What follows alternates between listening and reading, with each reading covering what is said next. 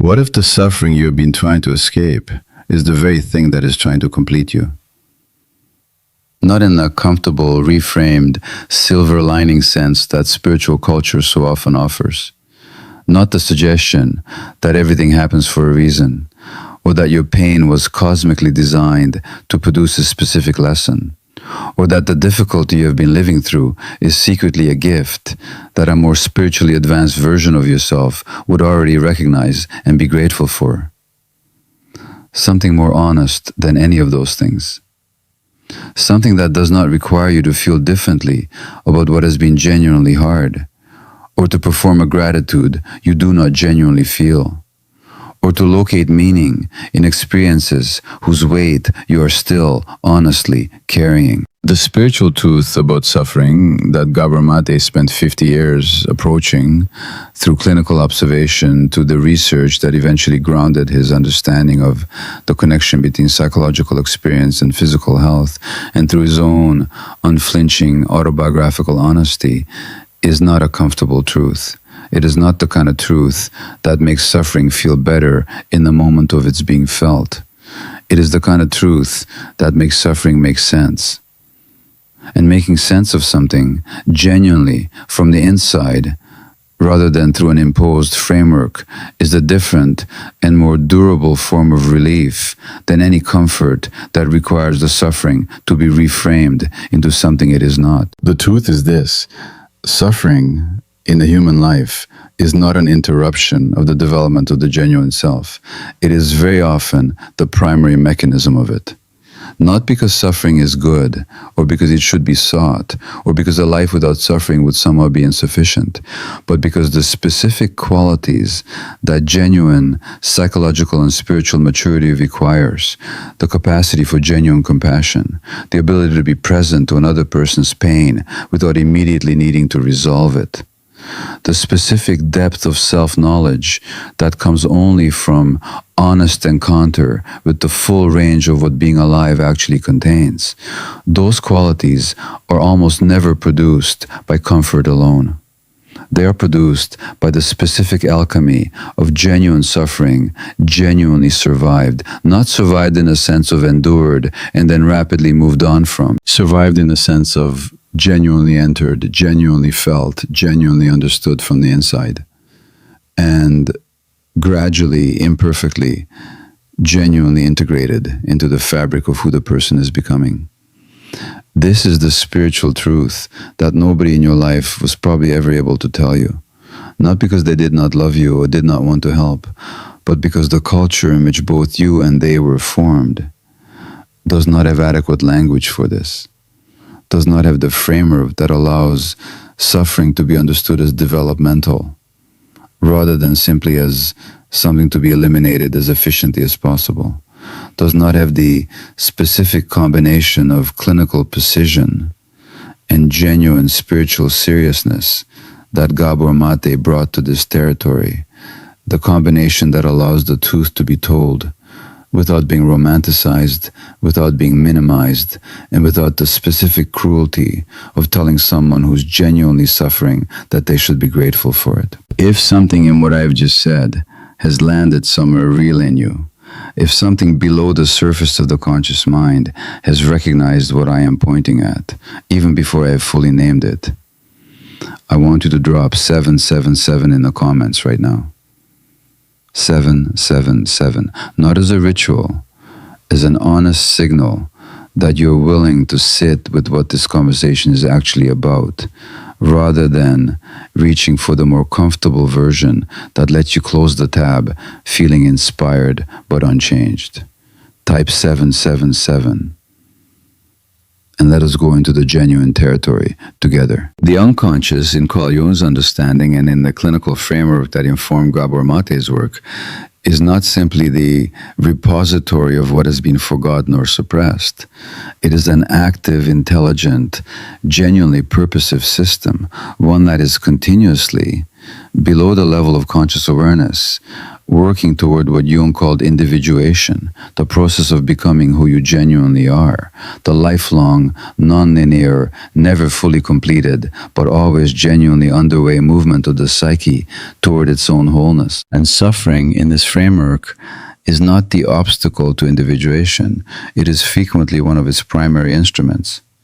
Not because the unconscious is cruel, or because it designs suffering deliberately in the service of growth, but because the specific qualities that individuation requires, the qualities of genuine self-knowledge, genuine integration of the shadow, genuine capacity for the full range of human emotional experience, those qualities almost never develop in the absence of genuine encounter with genuine difficulty. The person who has never genuinely suffered has access to a specific kind of ease and a specific kind of competence. They can navigate the surface of life with considerable skill. They can be warm, thoughtful, genuinely well-intentioned. But they lack access to something that Gabor Maté observed in every person who had done genuine depth work, something he called genuine presence to the full range of human experience, the specific capacity to be in the room with another person's darkest material without needing to escape it, to fix it, to spiritualize it into something more comfortable. The capacity that comes only from having been in your own darkest material and having discovered in the being there that it did not destroy you. That capacity is not something that can be taught. It cannot be developed through reading about it or understanding it conceptually or adopting the appropriate spiritual vocabulary. It is developed only one way, through the specific, personal, completely non-transferable experience of genuinely going into your own suffering and genuinely coming back with something from it. Now, I want to give you the 7 specific things that genuine suffering, suffered honestly, rather than managed or escaped or bypassed, actually produces in a human being. Not as a justification for your pain, as a map of what it is genuinely doing. The first thing genuine suffering produces is the permanent dissolution of the illusion that you can fully control what matters most. This sounds like a loss, and in the moment of its dissolution, it genuinely is one. The specific, organized, competence-based sense of self that the first half of adult life typically constructs is built substantially on the belief, usually unconscious, usually unexamined, that the right strategies, applied with sufficient discipline and intelligence, can protect against the most significant losses, against the loss of love, of health, of the people and the versions of life that matter most. Suffering, genuine, significant suffering, dismantles this belief, not through argument, through direct experience. And what the dismantling leaves in the space where the illusion was is something that comfort never produces. A specific, grounded, genuinely humble orientation toward the life being lived. The orientation of someone who knows, not intellectually, but from direct personal experience, that the most important things are not fully within their control. And who has discovered in that knowing, not despair, but a specific quality of genuine presence. The presence of someone who is no longer spending enormous amounts of interior energy on the management of an illusion. The second thing genuine suffering produces is access to the specific depth of self-knowledge that only honest encounter with the shadow makes available. Gabor Maté understood the shadow, the Jungian concept of the sealed, unintegrated parts of the self, as one of the most significant sources of both individual suffering and individual potential. And he observed that significant external suffering, when it is engaged with honestly, rather than managed into silence, has a specific and reliable effect on a shadow. It cracks the seal. The managed, performed, carefully organized self that maintains the seal in ordinary circumstances cannot maintain it under genuine pressure. And when the seal cracks, What emerges is not only the difficult material the seal was keeping out of consciousness, the unprocessed grief, the unacknowledged anger, the specific fears and specific longings that the adaptive self decided were too dangerous to express. What emerges alongside the difficult material is the specific depth of self-knowledge that only direct encounter with that material produces. The person on the other side of genuine suffering knows themselves in a way that the comfortable person does not because they are smarter or more spiritually advanced, because they've been in territory of themselves that the comfortable person has never had reason to enter. The third thing genuine suffering produces is the specific quality of compassion that cannot be manufactured from the outside. Gabor Maté was precise about this. He distinguished between performed compassion, the expression of concern and care that is generated from understanding and good intention, and genuine compassion, which arises from the specific, embodied, directly felt knowledge of what suffering looks like from the inside. Genuine compassion, in his observation, is almost exclusively the product of genuine personal encounter with genuine suffering. Not because suffering is the only path to caring about others, but because the specific quality of presence that genuine compassion requires, the ability to be fully in the room with another person's pain, without the subtle, often unconscious need to resolve it, fix it, or escape from it, that specific quality is developed to the personal experience of having been in your own pain fully enough that another person's pain no longer threatens your own sense of interior stability. Every genuinely compassionate person you have ever encountered has been in their own significant suffering. Not as a rule that admits of no exception, as a consistent clinical observation across 50 years of sitting with human beings. The fourth thing genuine suffering produces is a changed relationship with meaning. The comfortable life generates meaning through achievement, through connection, through the forward motion of building something over time. These are real and genuine sources of meaning, but they're also vulnerable. They depend on the continuation of the conditions that produce them, the career, the relationship, the health, the general forward trajectory that makes the building feel possible. Genuine suffering, when it is survived honestly, produces access to a different and more durable source of meaning. The meaning that is not contingent on circumstance, but is located in the quality of presence brought to whatever circumstance is actually present. The meaning available in the genuine, full, undefended experience of being alive in this specific moment, however difficult the specific moment actually is. This is the meaning that the mystics of every tradition have pointed toward, and that Gabor Maté, in his clinical language, described as genuine presence. And it is almost exclusively available to people who have been through enough genuine suffering to know that circumstantial meaning, however real and however valuable, is not the only or the deepest form of meaning available.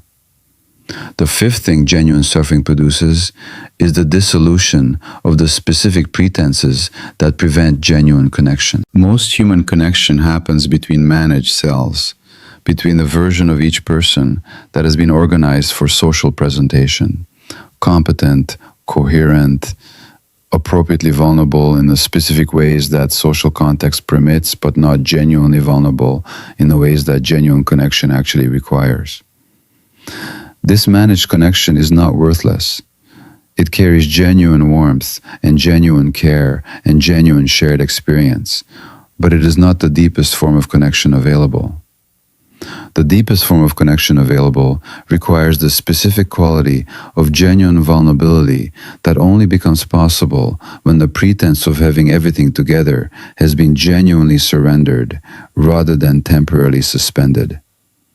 And that surrender, genuine, not performed, almost always requires the specific pressure of genuine suffering to produce. The person who has been through genuine suffering and has allowed themselves to be genuinely seen in it, who has not managed the suffering into a more presentable form before showing it to the people who love them, that person discovers a quality of connection that the managed self never accessed.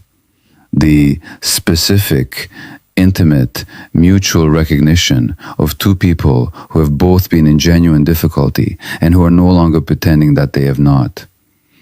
The sixth thing genuine suffering produces is the specific form of courage that has genuinely been tested. This is not bravado, not the performed courage of someone who has not yet encountered what they are claiming to be brave about. It is the specific, quiet, genuinely grounded courage of someone who has been in their most frightening interior territory and has discovered that they did not cease to exist there, that the darkness they were most afraid of entering did not, in the entering, destroy them, that they are still here. This discovery, which cannot be made any way other than through the actual going in, produces a specific and durable quality of interior steadiness that Gabor Maté observed in the people who had done the most genuine work of their own psychological and spiritual development. Not fearlessness, the continued presence of genuine fear alongside the genuine knowledge from direct experience that fear encountered honestly is survivable. The seventh thing genuine suffering produces, and this is the one that Gabor Maté returned to most consistently across his career in every framework he offered, through every clinical observation he made, the genuine capacity for the full inhabiting of the life actually being lived. The comfortable life, the life organized around the management of difficulty and the maintenance of the conditions required for the continuation of circumstantial comfort, is the life that is almost inevitably partially held back from full presence. Because full presence to the actual life requires the willingness to be fully present to whatever the actual life contains, including its difficulty, including its impermanence, including the specific, honest, often uncomfortable reality of being a genuinely finite human being in a genuinely finite human life. This willingness, genuine willingness, not performed acceptance, but actual embodied, non-defended presence to the full reality of the life being lived, is almost exclusively developed through genuine encounter with genuine difficulty, through the specific, non-optional experience of a suffering that could not be managed or escaped or resolved before it had been fully felt, through the discovery that full presence to difficulty does not produce the annihilation the defended self was protecting against, but instead produces the specific, quiet, genuinely extraordinary quality of being actually alive in the life you're actually living. That quality is the spiritual truth about suffering that Gabor Maté spent his entire life pointing toward.